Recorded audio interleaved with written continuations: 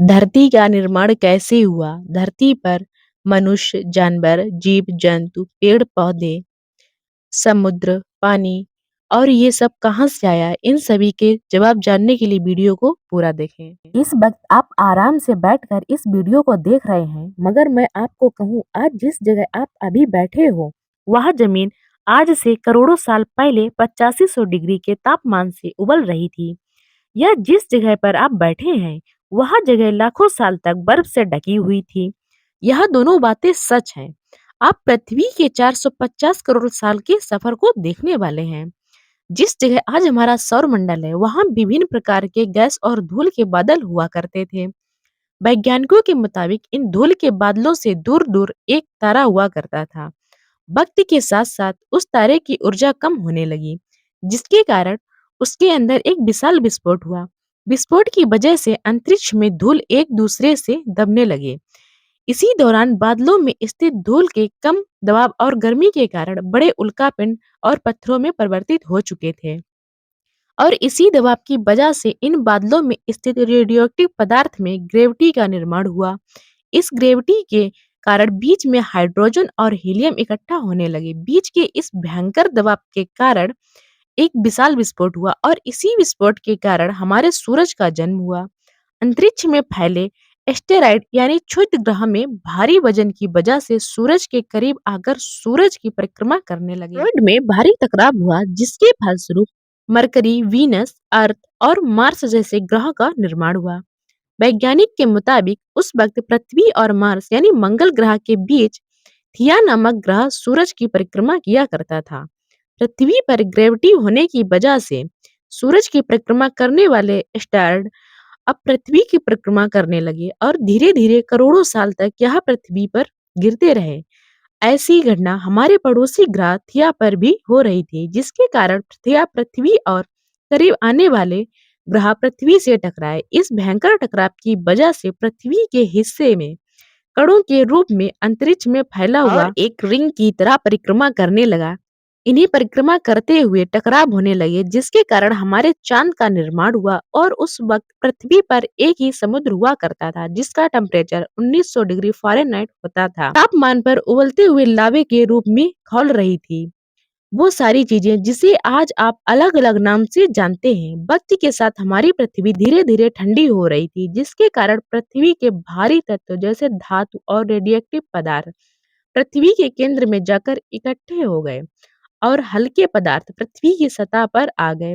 लाखों सालों तक उल्कापिंडों की बरसात हुई और इन्हीं उल्कापिंडों में जमा था नमक, मिनरल्स और पानी। करोड़ों साल तक इन उल्कापिंडों में और धीरे-धीरे पृथ्वी की ऊपरी सतह पर पानी से ढकने लगी। वैज्ञानिकों के मुताबिक यही वह वक्त था दूर गहरे पानी के अंदर ज्वालामुखी से पहली बार सूक्ष्म जीवों का निर्माण हुआ। लाखों सालों बाद एक वक्त ऐसा आया जब पृथ्वी की पूरी सतह पानी से ढक चुकी थी।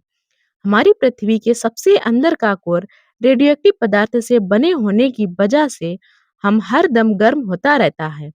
लेकिन जब भी पृथ्वी की जमीन ठंडी हो जाती है, तब पृथ्वी के अंदर की गर्मी बाहर निकल पाती है, जिसके कारण ज्वालामुखी का निर्माण होता है।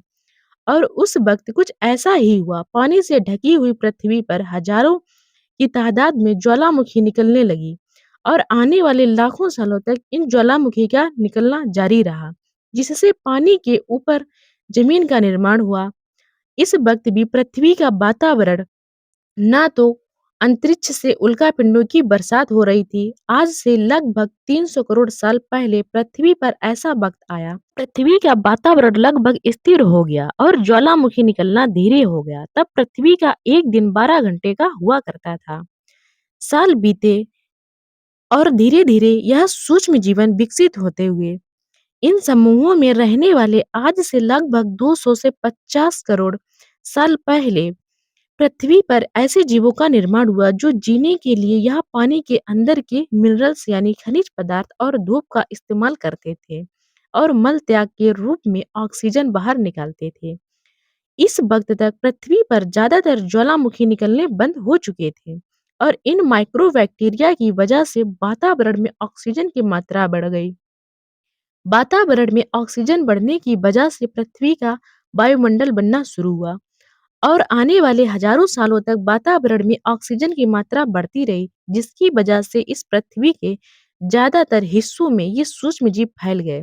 हजारों सालों बाद एक वक्त ऐसा आया जब पृथ्वी में ज्यादा ऑक्सीजन बढ़ने के कारण ये सूक्ष्म जीवन मरने शुरू हो गए। उस वक्त पृथ्वी का वातावरण ठंडा होने के साथ साथ ऑक्सीजन से भी भर चुका था, जिसके कारण जमीन और वातावरण में स्थित आयरन यानी लोहे के मिनरल्स पानी में स्थित ऑक्सीजन से रिएक्ट होने लगे। और एक वक्त ऐसा आया जब पृथ्वी की जमीन आज के मार्स के जैसे लाल हो चुकी थी। वक्त बीतने के साथ साथ धरती की टेक्टोनिक प्लेट्स में दरार होने लगी, जिसके कारण पृथ्वी के अंदर का लावा जमीन की तरह कई लाखों साल तक खुला उबलता रहा। और यही कारण था जिसके कारण पृथ्वी के वातावरण में कार्बन डाइऑक्साइड की मात्रा बहुत बढ़ गई और पृथ्वी पर एसिड की वर्षा हो गई। एसिड रेन की वजह से पृथ्वी का तापमान घटने लगा और तापमान इतना घट गया कि पृथ्वी के ऊपर स्थित पानी बर्फ में परिवर्तित होने लगा। पृथ्वी पर पहली बार भयंकर आइस आया। इस वक्त पूरी पृथ्वी सफेद बर्फ से ढकी थी। आमतौर पर जब धरती पर सूरज की किरणें गिरती तब जमीन उन किरणों को सोख लेती, मगर क्योंकि पूरी पृथ्वी बर्फ से ढकी थी और क्योंकि बर्फ सफेद और चमकीली होती है, जिसके कारण सूरज की किरणें धरती पर गिरने के बाद वापस चली जाती थी। इसी कारण से पृथ्वी कई लाखों साल तक बर्फ से ढकी रही, मगर फिर भी पृथ्वी के अंदर स्थित गर्मी ज्वालामुखी के रूप में निकलना शुरू हो गई और इन ज्वालामुखी से निकलने वाली गर्मी ने बर्फ को पिघला शुरू कर दिया। किसी भी वजह से पृथ्वी की गहराई में बचे हुए कुछ सूक्ष्म जीव धीरे-धीरे बदल रहे थे और वो ऑक्सीजन को अपने शरीर को बढ़ा रहे और जटिल बनने के लिए इस्तेमाल करने लगे थे। इसी बीच पानी में अलग से भी छोटी समुद्री पौधे निकलने शुरू हो गए। बाहर जैसी ज्वालामुखी निकल रहे थे, वैसे-वैसे वातावरण कार्बन डाइऑक्साइड की वजह से गर्म हो रहा था। वक्त के साथ-साथ बर्फ को पिघलने लगी, मगर पृथ्वी पर एसिड की वर्षा शुरू हो गई, जिसके कारण फिर पृथ्वी ठंडी होने लगी और फिर पृथ्वी की ज्यादातर सतह बर्फ से ढक गई। ऐसा बार-बार कई हजारों साल तक होता रहा और इसी कारण से अब समुद्री जीवन धीरे-धीरे वातावरण के हिस्सा से विकसित हो रहे थे। इस बीच कई सारे जीव और समुद्री जंगल विलुप्त हो गए, मगर जो बच गए वह धीरे-धीरे पृथ्वी के बदलते तापमान के हिसाब से ढलते गए और अब हजारों सालों बाद समुद्री पेड़ बर्फ की वजह से ही पूरी तरह से मरते या सूखते नहीं थे। अब सूक्ष्म जीव समुद्री जीव बन चुके थे। फिर से ज्वालामुखी होने लगी तो पृथ्वी को बर्फ से पिघलाना शुरू किया। तब यह समुद्री पेड़ जल्दी विकसित होकर फैल गए। धीरे-धीरे वातावरण में ऑक्सीजन की मात्रा बढ़ने लगी और पृथ्वी पर होने वाली एसिड की वर्षा कम होने लगी। वातावरण में ऑक्सीजन आने की वजह से पृथ्वी की ओजोन लेयर्स मोटी होने लगी और आज से लगभग 47 करोड़ साल पहले पृथ्वी की सतह पर पहली बार मोसोस नामक प्लांट उगना शुरू हुआ। वक्त के साथ साथ जमीन पर अलग अलग प्रकार के पौधे उगना शुरू हुए। एक वक्त ऐसा आया जब जमीन के पेड़ों की लंबाई 80 से 100 फीट जितनी या आज के 5 से 6 मंजिल बिल्डिंग जितनी ऊंची हो चुकी थी। यह वह वक्त था जब समुद्री जानवर समुद्र से बाहर निकल रहे थे और जमीनी जानवरों से परिवर्तित हो रहे थे। धरती की ज्यादातर जमीन एक जगह इकट्ठी हो चुकी थी, जिसे आज हम पंजिया महाद्वीप के नाम से जानते हैं। पृथ्वी का वातावरण और तापमान लगभग स्थिर हो चुका था और अब करीब 21 से 23 घंटे का एक दिन हुआ करता था जब समुद्री जीव पानी से बाहर रहने लगे और वातावरण के हिसाब से उनके शरीर का रंग रूप बदल रहा था। धीरे धीरे यह जमीनी जानवर डायनासोरस में परिवर्तित हो गया, जिन डायनासोरस ने पेड़ पौधे खाने शुरू कर दिए। उनका शरीर लंबा और विशाल रूप से विकसित होने लगा। कुछ डायनासोरस शिकार किया करते थे, इसके कारण वे छोटे और तेज होते चले गए। पृथ्वी की ऊपरी जमीन एक जगह इकट्ठी होने के कारण ज्यादातर जमीन रेगिस्तान और बंजर हो चुकी थी। ज्यादातर जंगल समुद्र के करीब हुआ करते थे, जिसमें डायनासोरस रहा करते थे। आज से लगभग 20 करोड़ साल पहले पंजिया महाद्वीप पीटना शुरू हो गया। पंजिया के विभाजित होने की वजह से पृथ्वी की ज्यादातर ऊपरी जमीन पानी के संपर्क में आने लगी, जिसके फलस्वरूप पृथ्वी पर हरियाली बढ़ती हुई गई, जिसकी वजह से डायनासोर्स और ज्यादा विभिन्न और विशाल होते चले गए। डायनासोरस ने अपने वाले लगभग 20 से 30 करोड़ों साल तक पृथ्वी पर राज किया। उस वक़्त डायनासोर समुद्र से लेकर ज़मीन और आसमान तक पूरी पृथ्वी पर राज किया करते थे। इस दौरान अफ्रीका से टूटा भारत सीधे आकर आज के तिब्बत से टकराया और इस टकराहट की वजह से ही हिमालय का निर्माण हुआ।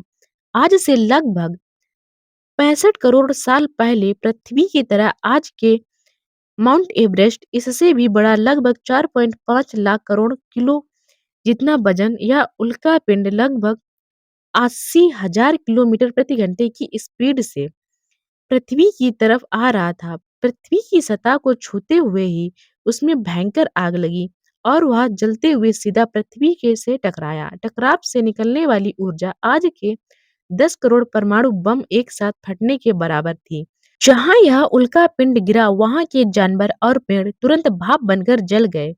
गिरते ही पृथ्वी पर धूल फैलने लगी, समुद्र में भयंकर बाढ़ आने लगी, भूकंप और आग ने पृथ्वी को जलाना शुरू कर दिया। कुछ ही घंटों में पूरी पृथ्वी के वातावरण में हानिकारक गैस और धूल की वजह से पृथ्वी नर्क हो चुकी थी। डायनासोर्स घुटन और आग और भुखमरी से पूरी तरह विलुप्त हो गए। इस वक्त हमारे पूर्वज जमीन के अंदर रह रहा करते थे, जिसके कारण वो इस विशाल प्रलय से बच गए। पृथ्वी का वातावरण पूरी तरह से काला और अंधेरा हो चुका था, जिससे धूप भी जमीन तक नहीं पहुंच पा रही थी। पृथ्वी के पेड़ और ज्यादातर जानवर विलुप्त हो गए। वातावरण में धूल और हानिकारक गैस के कारण पृथ्वी पर फिर से ऐसे ही वर्षा शुरू हो गई और फिर पृथ्वी ठंडी होकर बर्फ से ढक गई। लेकिन इस बार पृथ्वी की बर्फ लाखों साल तक नहीं जमी रही और 80 से 90 हजार साल बाद यह बर्फ पिघलनी शुरू हो गई। जैसे ही धरती पर वातावरण फिर से पहले जैसा होने लगा, वैसे ही ये छोटे जीव जमीन से बाहर आना शुरू हो गए। उस वक्त पृथ्वी से बर्फ पिघलनी शुरू हुई थी, जिसके कारण अफ्रीका में घने ठंडे जंगल हुआ करते थे और इसी बीच ये जमीन जीव बंदरों में परिवर्तित हुई। मगर जैसे-जैसे पृथ्वी गर्म होने लगी, वैसे अफ्रीका के ये जंगल सूखने लगे। जंगल की चीजें खाने वाले बंदरों को खाने की कमी होने लगी। खाने की तलाश में इन बंदरों ने अपने पैरों पर चलना शुरू कर दिया, जिससे उन्हें दूसरे जानवरों के शिकार करने में मदद मिलती थी। धीरे-धीरे बंदर यानी बानर में परिवर्तित हुए खाने की तलाश में यह पृथ्वी के दूसरे हिस्से में फैलने लगे और धीरे-धीरे उनके शरीर का रंग रूप वहाँ के मौसम के हिसाब से बदलता गया। वक्त के साथ-साथ हम आदिवासी बने। हमने हथियारों से लेकर आग का आविष्कार किया। हम धीरे-धीरे इंसान के रूप में विकसित हुए। हमने धर्म से लेकर परिवार, भाषा और संस्कृत का निर्माण किया और वक्त के साथ-साथ हम विकसित होते चले गए और आज हम पृथ्वी की सबसे विकसित प्रजाति बन चुके हैं। पृथ्वी को आज के जैसे बनने में लगभग 450 करोड़ साल का वक्त लगा और हमें एक छोटी जमीन में रहने वाले जानवर से इंसान बनने में कई लाखों साल लगे। मगर हमने इन 100 सालों में जितना पृथ्वी को गंदा और तबाह किया है, उतना आज तक किसी भी प्रजाति ने नहीं किया होगा। हम फिर से पृथ्वी को गर्म कर रहे हैं और कार्बन डाइऑक्साइड की मात्रा बढ़ा रहे हैं। वैज्ञानिक का मानना है कि पृथ्वी पर फिर से विशाल परिवर्तन होने वाला है। भविष्य में पृथ्वी कैसी होगी जानने के लिए चैनल को सब्सक्राइब और वीडियो को ज्यादा से ज्यादा शेयर कीजिए।